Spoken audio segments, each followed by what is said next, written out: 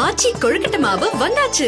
ஆச்சி கொழுக்கட்டை மாவிற்கு கொழுக்கட்டை அச்சை கேட்டு வாங்குங்கள். சிங்கம் ஒரு சிங்கம் எப்போ எதுலயும் பெக்யூலியர் தான். ஒரு முறை சிங்கம் கரிச்சிச்சதுன்னா அந்த சவுண்ட்ல ஒரு 8 கிலோமீட்டருக்கு சும்மா அதிரும், எல்லா திசைகளும் அதிரும். அப்படிப்பட்ட அந்த சிங்கம் வேட்டைக்கு மட்டும்தான் வெளியில வரும், வேடிக்கை பார்க்கறதுக்கெல்லாம் வெளியில வராது. வேட்டையில கூட உயிரோடு இருக்கிற மிருகங்களை தான் வேட்டையாடும். அதுலயும் பெரும்பாலும் தன்னை விட பெரிய சைஸ் உள்ள மிருகங்களை தான் குறி வச்சு தாக்கும், ஜெயிக்கும். எவ்வளவு பசியில் இருந்தாலும் உயிர் இல்லாததை, கெட்டு போனதை தொட்டு கூட பார்க்காது. அப்படிப்பட்ட அந்த சிங்கம் அவ்வளவு ஈஸியா எதையும் தொடாது, தொட்டா விடாது. காட்டோட 4 பக்கமும் மார்க்கிங் மை டெரிட்டரின்னு தன்னுடைய பவுண்டரியை தானே வகுக்கும். அப்படிதான் அந்த காட்டையை தன்னோட கண்ட்ரோல்ல வச்சிருக்கும். சிங்கத்துக்கு கூட்டத்தோட இருக்கிறதுக்கும் தெரியும், தனியா இருக்கிறதுக்கும் தெரியும். அப்படியே தனியா வரணும்னு நினைச்சாலும் அஞ்சாம அலட்டிக்காம சும்மா கெத்தா தனியா வந்து அத்தனை பேருக்கும் தண்ணி காட்டும். எப்போ எதிலையும் தன்னோட தனித்தன்மையை இழக்கவே இழக்காது. Yes, a lion is always a lion.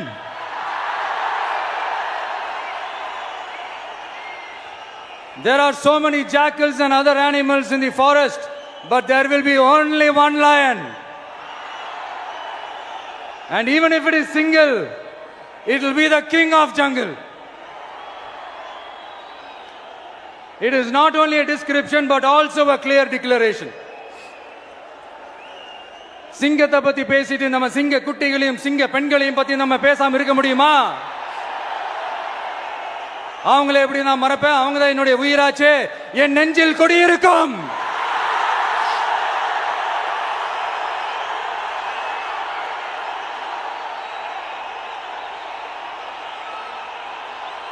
என்னுடைய தோழர்களுக்கும் தோழிகளுக்கும்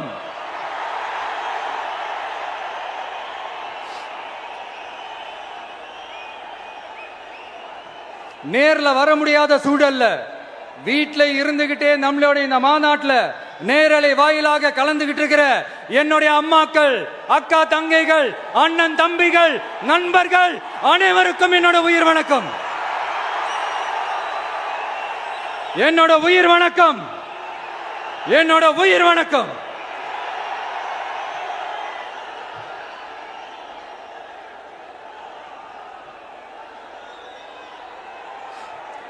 வீரம் விளையும் மாமதுரை மண்ணை வணங்குகிறேன்.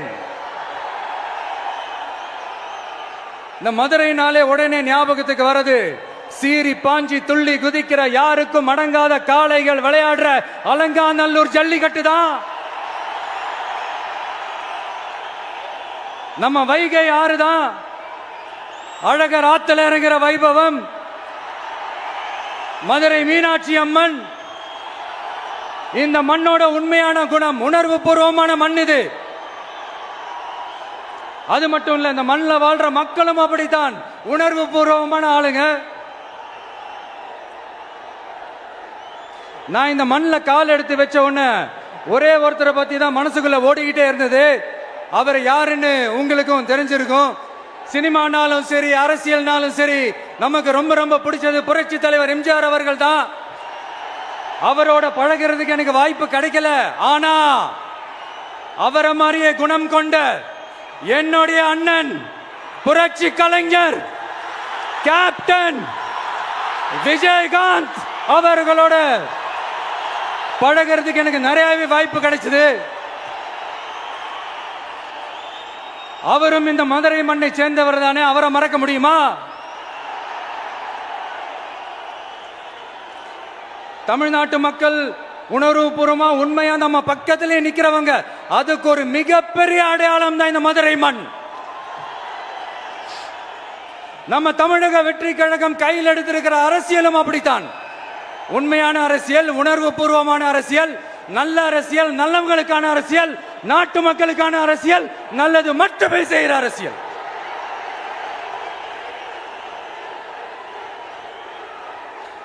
இதோ நம்மளுடைய இந்த இரண்டாவது மாநில மாநாடு வாகை சூடும் வரலாறு திரும்புகிறது. அப்படி இந்த மாநாட்டுக்கு பேர் வச்சிருக்கிறோம். 1967லயும் 1977லயும் நம்ம தமிழக அரசியல் ஒரு மிகப்பெரிய ஆட்சி அதிகார மாற்றங்கள் ஒண்ணு நடந்துச்சு இல்லையா?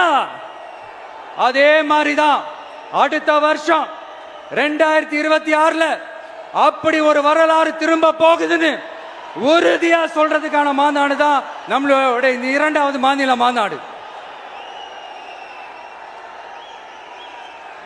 விக்கிரவாண்டி விசாலையில் நம்மளுடைய ஃபர்ஸ்ட் மாநாடு நடத்தணும், வெற்றி கொள்கை திருவிழா. அதுக்கப்புறமே நீங்க பார்த்திருப்பீங்க தமிழக அரசியல் அந்த தட்ப வெப்பத்தையே மாத்தினுச்சு. நமக்கு எதிராக எத்தனை குரல்கள். ஆனா உங்களுக்கு தான் நம்மளை பத்தி நல்லா தெரியுமே, எந்த குரலையும் காதலையே போட்டுக்காம மக்களோட குரலை மட்டுமே கேட்டுக்கிட்டு நமக்கு எதிராக வர அத்தனை கூக்குரல்களையும் சின்னதா ஒரு சிரிப்போடவே கடந்து வந்திருக்கிறோம். அது இல்லாம நம்ம மாநாட்டில் ஒலிக்கிற இந்த குரல் இந்த ஒற்றை தமிழ் மகனோட குரல் மட்டுமல்ல, ஒட்டுமொத்த தமிழ்நாட்டு மக்களுடைய குரல். தமிழ்நாட்டில் இருக்கிற ஒவ்வொரு வீட்டில இருந்தும் ஒலிக்கிற குரல், ஒட்டுமொத்த உலகெங்கும் வாழும் ஒவ்வொரு தமிழ் வீட்டிலிருந்தும் எழும் குரல்.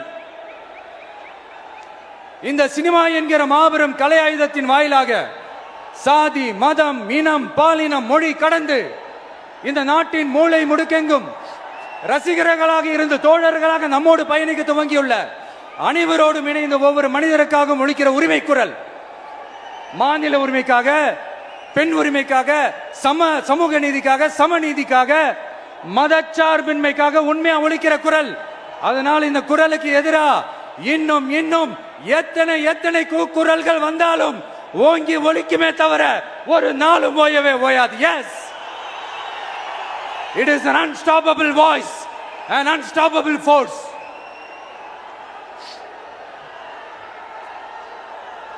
நம்ம அரசியலுக்கு வர்றதுக்கு முன்னாடி அட இவரெல்லாம் வர மாட்டாரியா, அவரே வரல, இவரே வரல, இவருங்க வர போறாரு அப்படின்ட்டு நிறைய பேர் ஜோசியம் சொன்னாங்க.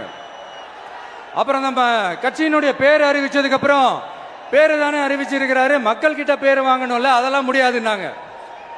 அப்புறம் ரொம்ப முக்கியமா மாநாடுலாம் எவ்வளவு பெரிய விஷயம், அதெல்லாம் இவர் ஒத்தால எப்படி பண்ண முடியும், சும்மா பக்கத்தில் புஷியானதை வச்சுக்கிட்டு மாநாடுல எப்படி நடத்தி காட்ட முடியும், அதெல்லாம் அவங்களால முடியாது. அப்புறம் மழை பெஞ்சு எல்லாத்தையும் கெடுத்துரும். ஏன் என் கூட இருக்கிறவங்களே கூட தான் சொன்னாங்க. அதுக்கப்புறம் என்ன நடந்துச்சுன்னு உங்க எல்லாருக்குமே தெரியும். இப்ப புதுசா ஒண்ணு சொல்ல ஆரம்பிச்சிருக்கிறாங்க. அது என்னடானா, ஆட்சியை பிடிக்கிறதெல்லாம் அவ்வளவு ஈஸி இல்லை இல்லையா. இப்ப அதெல்லாம் விட்டாங்க, இப்ப இங்க வந்துட்டாங்க. இவர் நேரா ஷூட்டிங்ல இருந்து வருவாராம், வந்து ஆட்சியை பிடிப்பாராம். அது எப்படி இவராலே முடியும், அவராலேயே முடியல, இவராலேயே முடியல, அவருக்கு அத்தனை வருஷம் ஆச்சு, இவராலே எப்படி முடியும் ஒரு பக்கம். இன்னொரு பக்கம் கூட்டம்லாம் ஓகே தான், அது எப்படி ஓட்டா மாறும் அப்படின்றது இன்னொரு பக்கம். இப்படி கதை, திரைக்கதை, வசனம், இயக்கம், பாடல்கள்,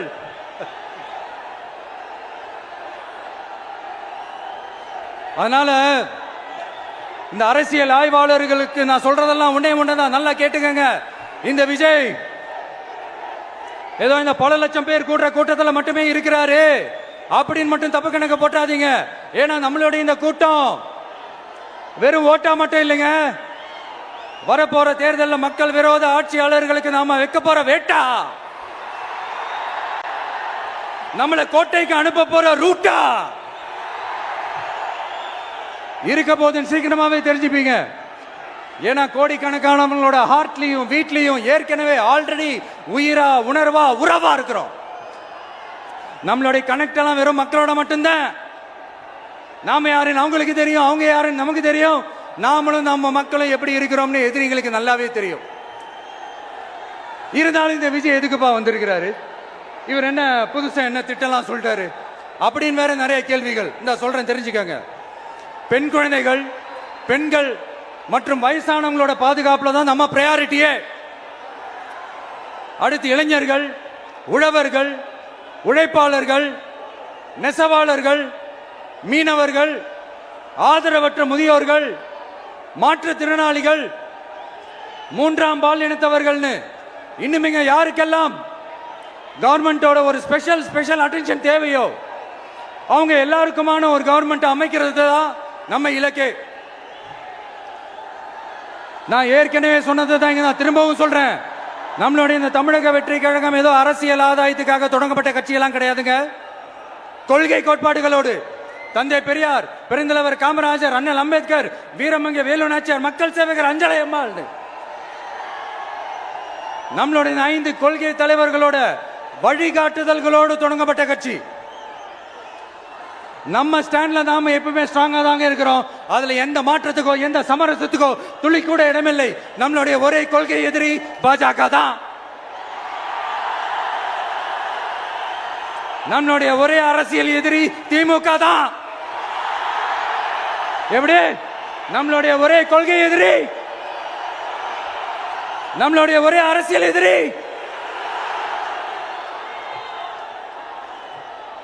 ஏதோ அண்டர் கிரவுண்ட் ஆதாயத்துக்காக டீல் போட்டுக்கிட்டு டீல் பேசிக்கிட்டு இந்த அலையன்ஸ் வச்சுக்கிட்டு இந்த ஊரை ஏமாத்துற கட்சி எல்லாம் நம்ம டிவிக்கே கிடையாதுங்க. யாருக்காகவும் எதுக்காகவும் எந்த பயமும் கிடையாது. மாபெரும் பெண்கள் சக்தி நம்மளோட இருக்கிறாங்க, மாபெரும் இளைஞர்கள் சக்தி நம்மளோட இருக்கிறாங்க, ஒட்டுமொத்த தமிழ்நாட்டு மக்களுடைய சக்தி நம்மளோட நிக்கிறாங்க. அப்படி இருக்கும்போது இந்தியாவில் இருக்கிற எல்லா ஸ்டேட்லயும் வாழ்ற நம்ம தமிழ் நெஞ்சங்கள் மட்டும் இல்ல, உலகம் பூரா 100க்கும் மேலான நாடுகள்ல வாழ்ற நம்ம தாய் தமிழ் உறவுகள் எல்லாருமே என்ன விஜய் தளபதி விஜய் இல்லனா விஜய் தளபதி இப்படி சொந்தம் கொண்டாடுற கோடிக்கணக்கானவங்களோட அன்பு மாசியும் நம்மளோட இருக்கும்போது, இவங்க எல்லாருமே நம்மளோட நிற்கும் போது எதுக்குங்க இந்த பாசிச பாஜகவோட நேரடி கூட்டணியோ இல்ல மறைமுக கூட்டணியோ உறவு வச்சுக்க? நாம என்ன உலகமாக ஊழல் கட்சி என்ன?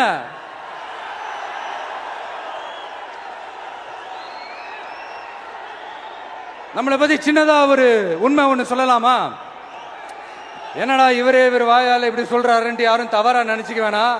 ஏன்னா இது ஒரு விதத்துல ஒரு ஃபேக்டும் கூட. அதனாலதான் நான் சொல்லணும்னு ஆசைப்படுறேன். நம்ம யார் தெரியும்ல? நாம எல்லாருமே சொல்றேன்.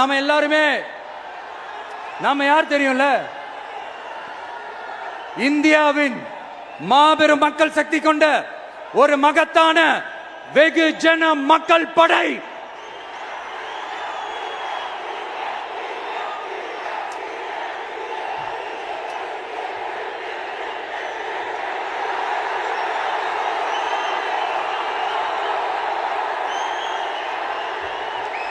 அதனால நம்ம தலைமையில நாம் அமைக்க போற இந்த உண்மையான மக்களாட்சிக்கான அச்சாரமாக மாபெரும் மக்கள் சக்தியை அணி அணியாக நம்மளோட திரண்டு நிக்கிறப்போ இந்த அடிமை கூட்டணியில சேர வேண்டிய அவசியம் நமக்கு எதுக்குங்க?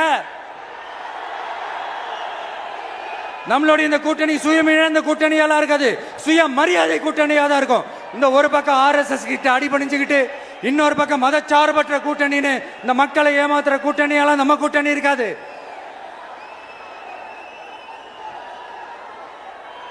நான் இப்பவும் சொல்றேன், நம்மளை நம்பி வர்றவங்களுக்கு ஆட்சியிலும் அதிகாரத்திலும் உறுதியாக பங்களிப்பு செய்யப்படும்.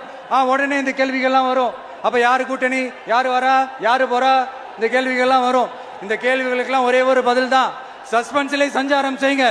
ஆனா ஒண்ணு, 2026ல 2 பேருக்கு நடுவுல தான் போட்டியே. ஒன்னு TVK, இன்னொன்னு DMK. இந்த போட்டி எப்படி இருக்க போதுன்னா, இந்த அலையன்ஸை வச்சு எப்படியாவது நம்ம தப்பிச்சிடலாம்.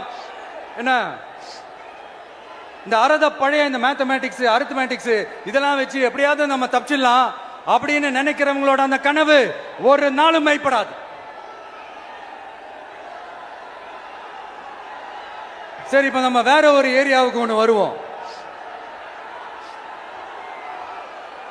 எதிர்காலம் வரும், என் கடமை வரும், இந்த கூட்டத்தின் ஆட்டத்தை ஒழிப்பேன்.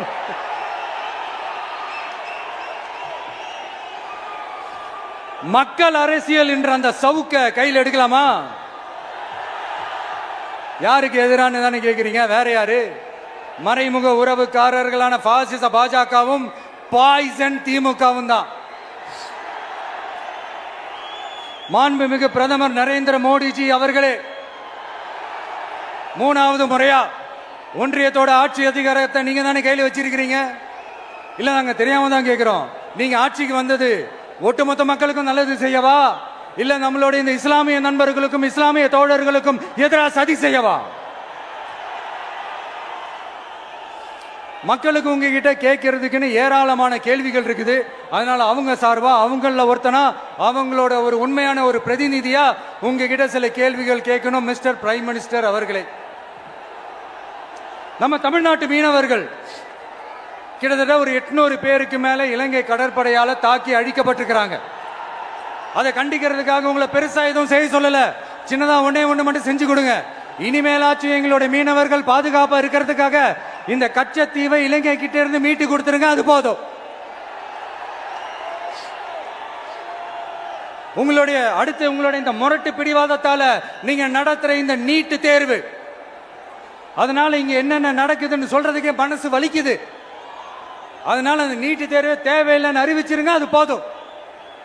செய்வீர்களா திரு நரேந்திரபாய் தாமோதர் மோடிஜி அவர்களே? எங்களுக்கு என்னென்ன தேவையோ என்னென்ன நல்லதோ அதெல்லாம் செய்ய மாட்டேங்கிறீங்க. ஆனா ஆட்சி அதிகாரத்தை மட்டும் கையில வச்சுக்கிட்டு மக்களை ஏமாத்த நேரடியாக ஒரு பாசிச பாஜக அடிமை கூட்டணி ஒண்ணு.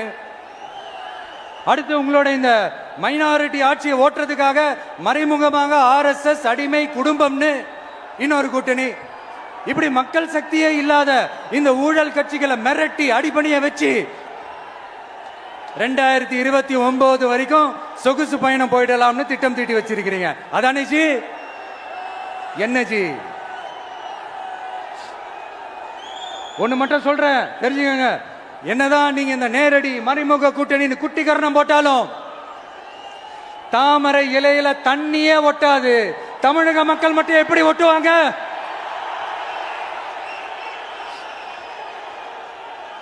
இங்க ஒரு MP சீட்டு கூட தரலன்றதுக்காக தமிழ்நாட்டுக்கும் தமிழ்நாட்டு மக்களுக்கும் எதுவுமே செய்யாம ஓரவஞ்சனை செய்யுது இந்த ஒன்றிய பாஜக அரசு. சங்கம் வச்சு தமிழ் வளர்த்த மண் இந்த மதுரை மண். அதனால இங்க அந்த கீழடியில கிடைச்ச ஆதாரங்களை எல்லாம் மறைச்சிட்டு எங்க நாகரிகத்தையும் எங்க வரலாறையும் அழிக்கிறதுக்காக உள்ளடி வேலை செய்யலாம்னு நினைக்கிறீங்க. தமிழ்நாட்டை தொட்ட என்ன நடக்கும் நீங்க பல உதாரணங்கள் இருக்குது. அதனால இதையெல்லாம் மறைச்சிட்டு எங்க மக்களை ஏமாத்திடலாம்னு மட்டும் நினைக்காதீங்க.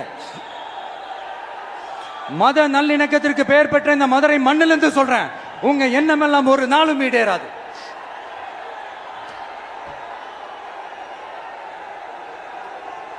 எம்ஜிஆர்னா யார் தெரியும்ல? அவர் மாஸ்னா என்னன்னு தெரியும்ல? அவர் உயிரோடு இருக்கிற வரைக்கும் அந்த CM சீட்டை பத்தி ஒருத்தராலையும் நினைச்சு கூட பார்க்க முடியல, கனவு கூட காண முடியல. எப்படியாவது அந்த CM சீட்டை என்கிட்ட கொடுத்துருங்க, என் நண்பர் எம்ஜிஆர் திரும்ப வந்ததுக்கு அப்புறம் நான் திருப்பி கொடுத்துறேன்னு தன்னோட எதிரியை கூட மக்கள் கிட்ட கெஞ்ச வச்சவர் எம்ஜிஆர். எப்படி கெஞ்ச வச்சவர்? அதனால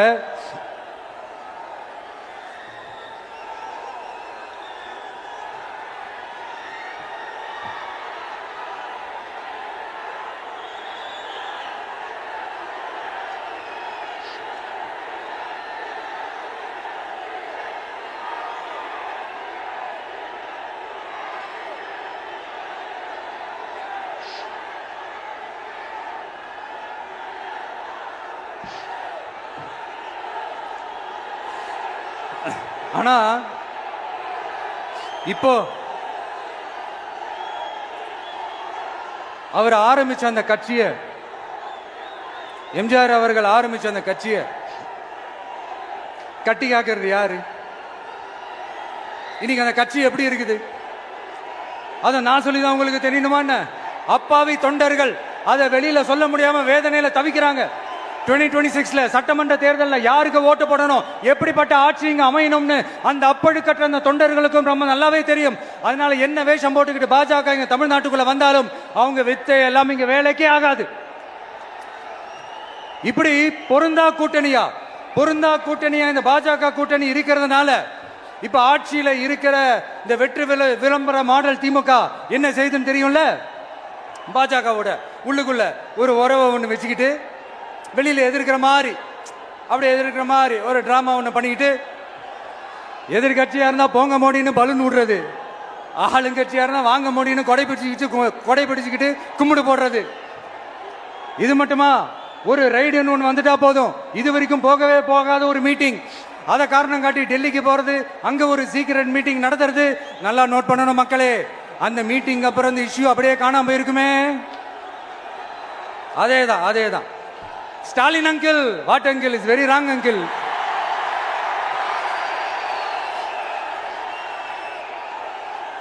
இப்படி தமிழ்நாட்டில் இப்ப நடக்கிற இந்த ஆட்சியினுடைய லட்சணத்தை பார்த்துக்கிட்டு நாம எப்படி சும்மா இருக்க முடியும்?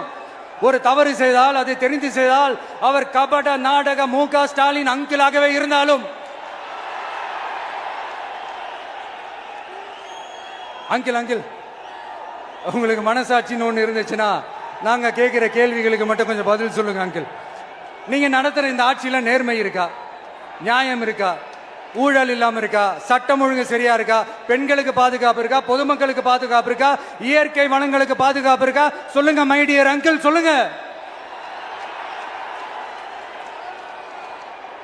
டாஸ்மாக்ல மட்டுமே இது வரைக்கும் 1000 கோடிக்கு மேல ஊழல்னு சொல்றாங்க.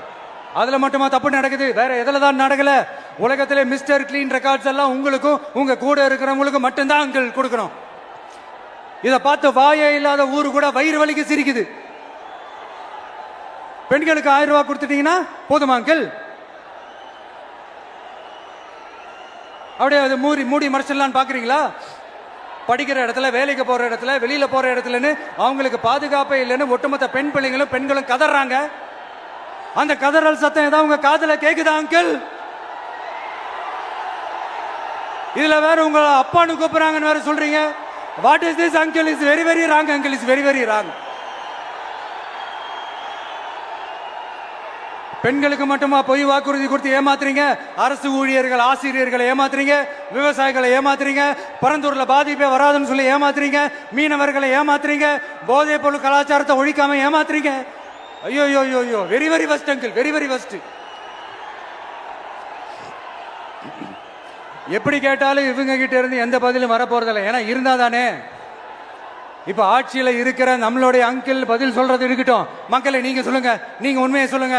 செய்வோம்னு சொன்னாங்களே, சொன்னதெல்லாம் செஞ்சாங்களா? உங்களை தான் கேக்குறேன், சொன்னதெல்லாம் செஞ்சாங்களா? சத்தமா மை டியர் அங்கிள், கேக்குதா? மக்களோட சத்தம் கேக்குதா? இது வெறும் சாதாரணமான முழக்கம் தான். கூடிய சீக்கிரம் மக்களை போய் சந்திக்க போறேன், அவங்களோட மனசு விட்டு பேச போறேன். அதுக்கப்புறம் இந்த சாதாரணமான முழக்கம் இடி முழக்கமா மாறும். அத்தோட நிக்காது. அந்த இடி முழக்கம் தமிழ்நாட்டோட போர் முழக்கமா மாறும். அந்த போர் முழக்கம் உங்களை ஒரு நிமிஷம் கூட தூங்க விடாது. நடக்குதா இல்லையான்னு பாருங்க. என்னடா இவன் இவ்வளவு ஸ்ட்ராங்கா சொல்றானேன்னு பாக்குறீங்களா? எல்லாரும் கட்சி ஆரம்பிச்சதுக்கு அப்புறம் தான் ஒவ்வொரு வீட்டுக்குள்ளேயும் போறதுக்கு ட்ரை பண்ணுவாங்க. ஆனா நாங்க அப்படி இல்லை. ஒவ்வொரு வீட்டுக்குள்ளேயும் போனதுக்கு அப்புறம் தான் கட்சியாவே ஆரம்பிச்சிருக்கிறோம்.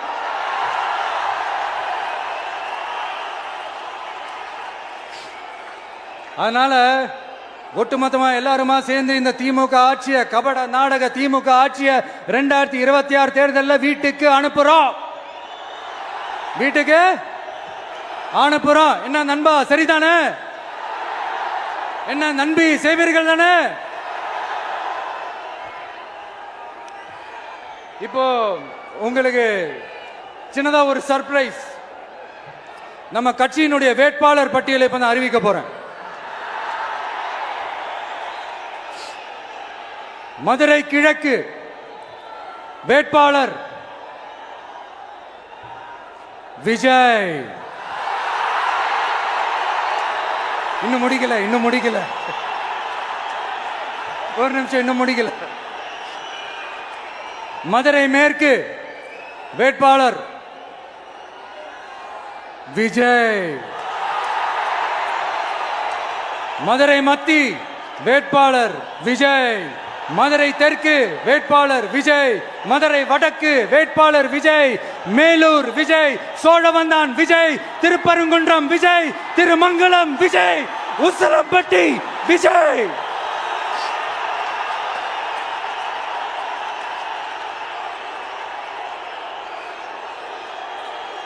என்னடா எல்லா தொகுதியிலையும் ஒரே வேட்பாளர்னு பாக்குறீங்களா? 234 தொகுதியிலையும் இந்த விஜய் தான், அதாவது உங்க விஜய் தான் உங்க சின்னம். இன்னும் சிம்பிளா சொல்லணும்னா உங்க வீட்டில் இருக்கிற ஒருத்தர் தான் வேட்பாளரா நிக்க போறாங்க. அந்த வேட்பாளரும் நானும் வேறு வேறு இல்லை. நீங்க அவருக்கு ஓட்டு போட்டீங்கன்னா எனக்கு ஓட்டு போட்ட மாதிரி, இந்த முகத்துக்காக நீங்க ஓட்டு போட்டீங்கன்னா உங்க வீட்டில் இருக்கிற உங்களுடைய வேட்பாளர் ஜெயிச்ச மாதிரி. என்னடா இவர் ஏதோ ஓவரா சொல்றாருன்னு நினைக்க வேணாம். பிராக்டிக்கலா அப்படிதான் இருக்கும், அப்படிதான் இருக்கணும். நீங்களும் அப்படிதான் நினைப்பீங்கன்னு நான் நம்புறேன். ஏன்னா இது நம்மளை விட நம்ம எதிரிகளுக்கு இன்னும் நல்லாவே தெரியும். அதனால எல்லா இந்த அதிகார பலம் எல்லாத்தையும் தூக்கிட்டு வந்துருவாங்க. வரட்டும், பாத்துக்கலாம். TVK will take it, TVK will meet it, TVK will compete with it and TVK will conquer it, TVK will conquer it.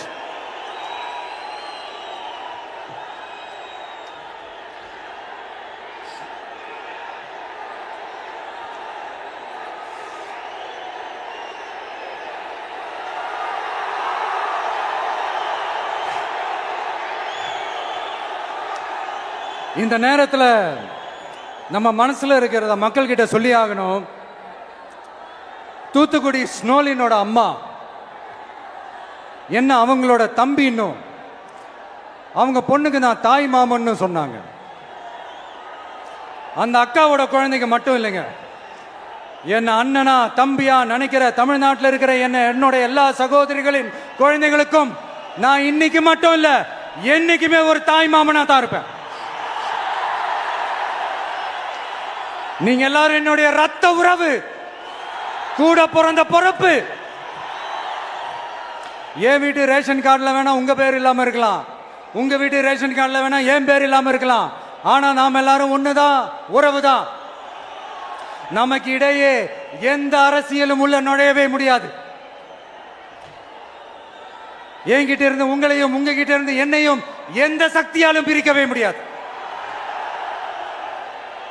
அப்புறம் நான் ஒன்னும் இந்த மார்க்கெட் போனதுக்கு அப்புறம், ரிட்டையர் ஆனதுக்கு அப்புறம் அடைக்கலம் தேடி அரசியலுக்கு வரல, படைக்கலனோட வந்திருக்கிறோம். பவர்ஃபுல் போர்ஸோட,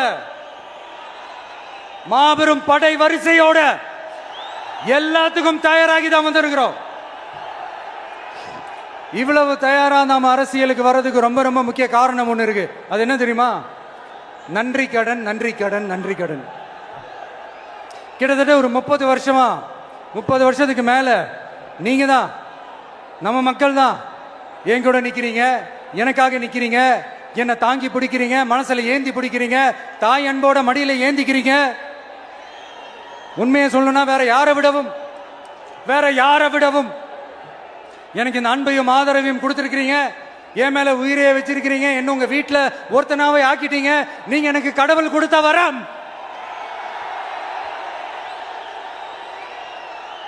உலகம் பூரா நமக்காக நம்ம கூட நிக்கிற நம்ம மக்களை நான் எப்படி மறப்பேன்? நான் என் லைஃப்ல ரொம்ப உயிரா நினைக்கிறது பெண்களை, குழந்தைங்களை, இளைஞர்களை, உழைக்கிற மக்களை தான். இவங்க தான் நம்மளோட வகைரா. இதை பார்த்து தான் நம்மளோட எதிரிகளுக்கு பத்தி எரியுது. அதுக்காக நாம் என்ன செய்ய முடியும்? அதனால நம்ம உறவுகளை, சொந்தத்தை, வகைராவை யாருக்காகவும் எதுக்காகவும் விட்டு கொடுக்க முடியாது இல்லையா? Here at this moment among this August gathering, I want to open my heart and say I enjoy people, I respect people, I worship people.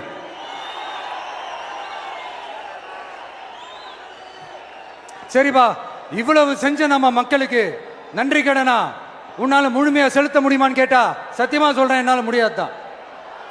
இன்னும் எத்தனை ஜென்மம் எடுத்தாலும் அந்த நன்றி கடனை என்னால தீர்க்கவே முடியாது. அப்புறம் என்ன மானாவுக்கடா நீ வந்திருக்க அதானே கேக்குறீங்க? மைண்ட் வாய்ஸ் கேட்ட மாதிரி இருந்தது.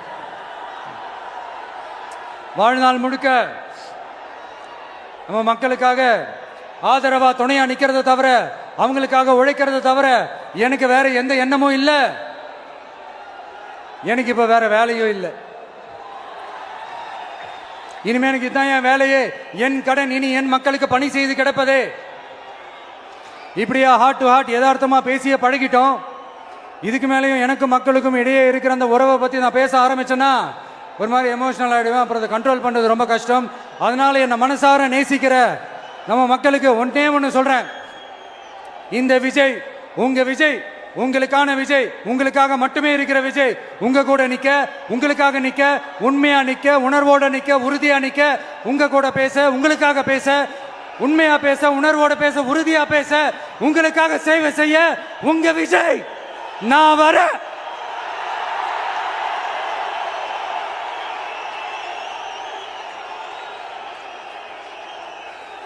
சொல்லல்ல முக்கியம், செயல் செயல் செயல் தான் முக்கியம். செய்கை தான் சும்மா சிறப்பா இருக்கணும். நான் ஆட்சிக்கு வந்தேன்னா சும்மா அது செய்வேன், இது செய்வேன், நல்லது செய்வேன், உருட்டுவேன், புரட்டுவேன், அதெல்லாம் கிடையாது.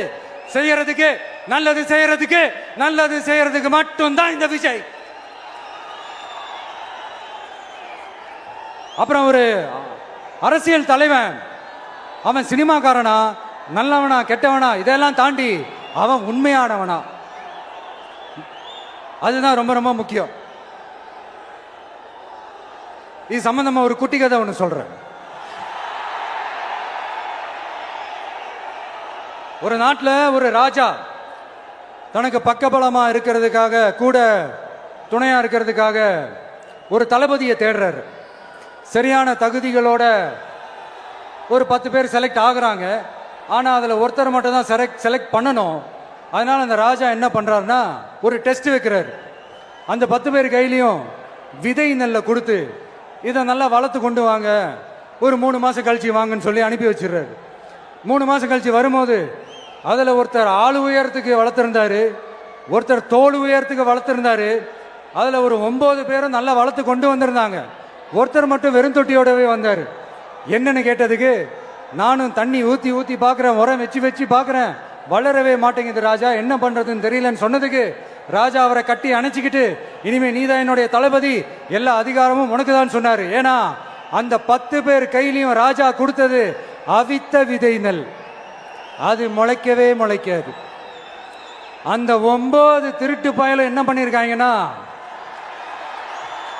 வேற விதை நெல்லை வாங்கி அதை வளர்த்துட்டு ராஜாவையும் மக்களையும் ஏமாத்திருக்கிறாங்க.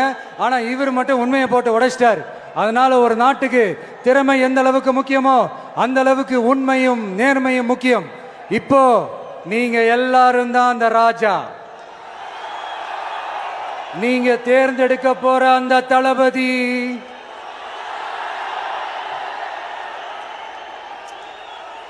சும்மா சினிமாக்காரன் சினிமாக்காரன் சினிமாக்காரன். அம்பேத்கர் அவர்களை தோக்கடிச்சது சினிமாக்காரன் இல்ல, அரசியல்வாதி.